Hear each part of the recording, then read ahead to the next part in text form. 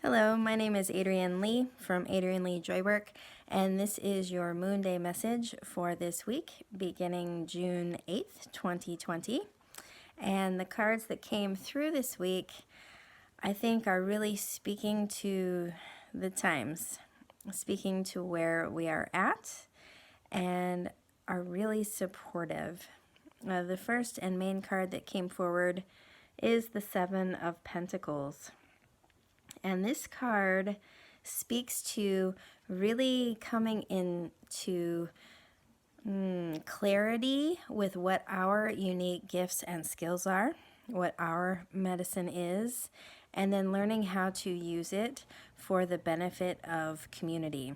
And knowing that as we give our gifts to community, we are also being served, and we will be served and supported equally in that energetic exchange. So this card really is telling us to get clear. Who are we? What are our beliefs? What do we believe in these times of evolution and revolution? And what are we good at?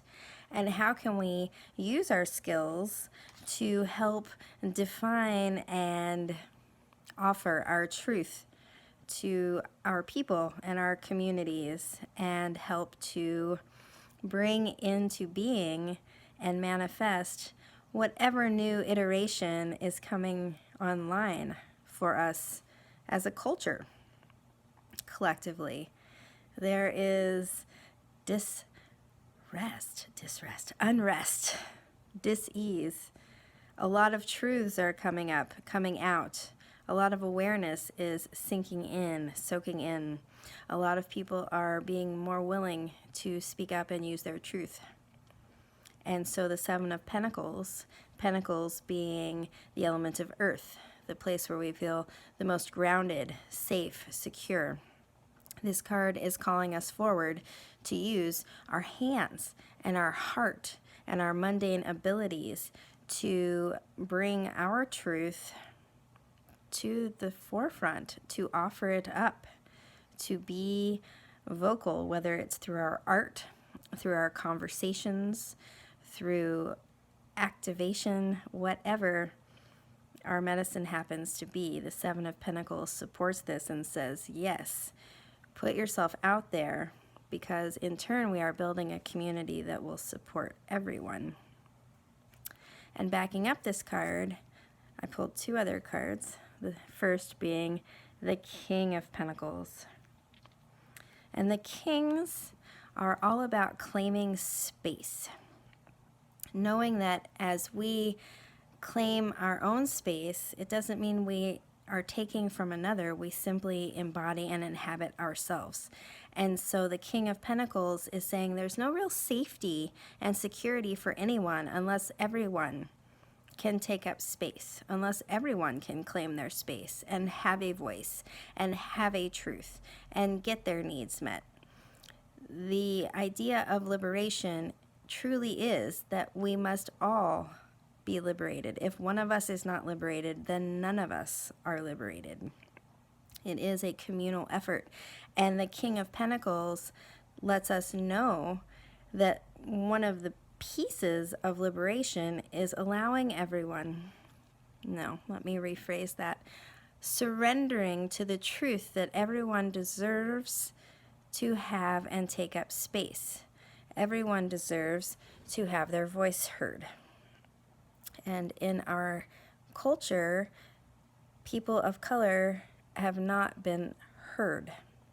And so we are having this big wave in which it is helpful and appropriate for us as white allies to step back and center the voices of Black and brown people. It is appropriate, and that doesn't mean that we are letting go of our own space or letting go of our own agency. It's just a way of bringing equality back to the table. It's just a way of recentering so that everyone has a say. And the king says that this is the way towards liberation for all, when we all can claim our space. And we are able to claim it because it is our birthright. You know, it's not because we have to fight for it. It's not because we have to take it. It's not because we have to give it, but simply because it is everyone's birthright to do so, to have space, to have their voice, to have their own sacred point of view. I'm really feeling this king really supporting the Seven of Pentacles. Part of the way in which we claim space is in our own unique point of view and voice and frequency. So if we aren't speaking our truth, if we aren't sharing our truth, then we're not taking up the space that is our birthright. The final card that came to support is the Ace of Cups. And Cups is the element of water. It is the emotional body. The aces always speak to the beginning of a cycle, the beginning of something new. And I'm reading this in conjunction with these two pentacle cards, that as we get more grounded in who we are individually, community-wise, collectively, as a country, as a worldwide system of human beings, it's going to bring up a lot of feelings. It's going to bring up a lot of emotions. And that's okay. It's good. It is time for us to feel the feelings, all of us. It is time for us to be uncomfortable and move through the discomfort into agency, into doing our part for the collective liberation of all. And the Ace of Cups speaks to the fact that if we do the work, if we do that work, there is so much goodness and pleasure available on the other side. There is so much. We often, I feel, try to avoid our feelings because they're so big, and we as a culture feel unprepared to experience them. But it is in that depth, it is in that rawness, it is in the experience of feeling it fully to the end and all the way through that we expand our capacity for all the feelings, all the joy, all the bliss, all the goodness. But we have to feel what, we've termed in this culture as negative or bad feelings, which is bullshit. They're just feelings, and we all have them, and they deserve to claim space too. And so we're in this really interesting time culturally right now, where we're in both an expansion and a contraction, right? People are out in the streets. The revolution is on. It's a huge expansive time, and yet collectively there's also this contraction going on, this fear of what's next, what's going on. All of this is on the heels of the pandemic, and whatever you felt about that, you were still affected by it. We have all been affected by it.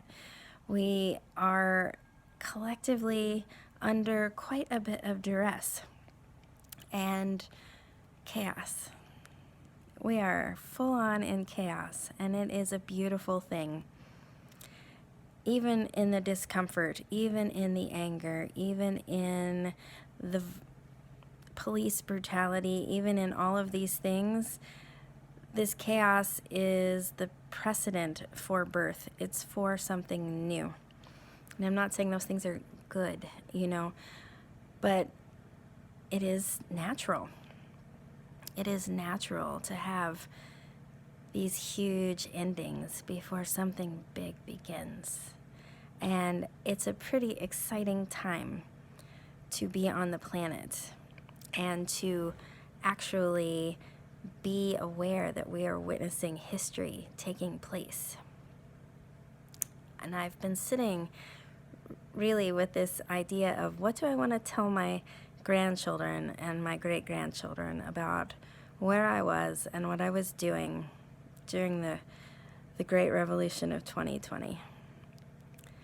And I invite you to feel into that question too. What are we doing for the future generations as we're watching this cultural shift happen. That's the message for this week. I hope that it serves you well, that you have everything that you need, and that you find your truth and are able to speak it. I'll see you next week.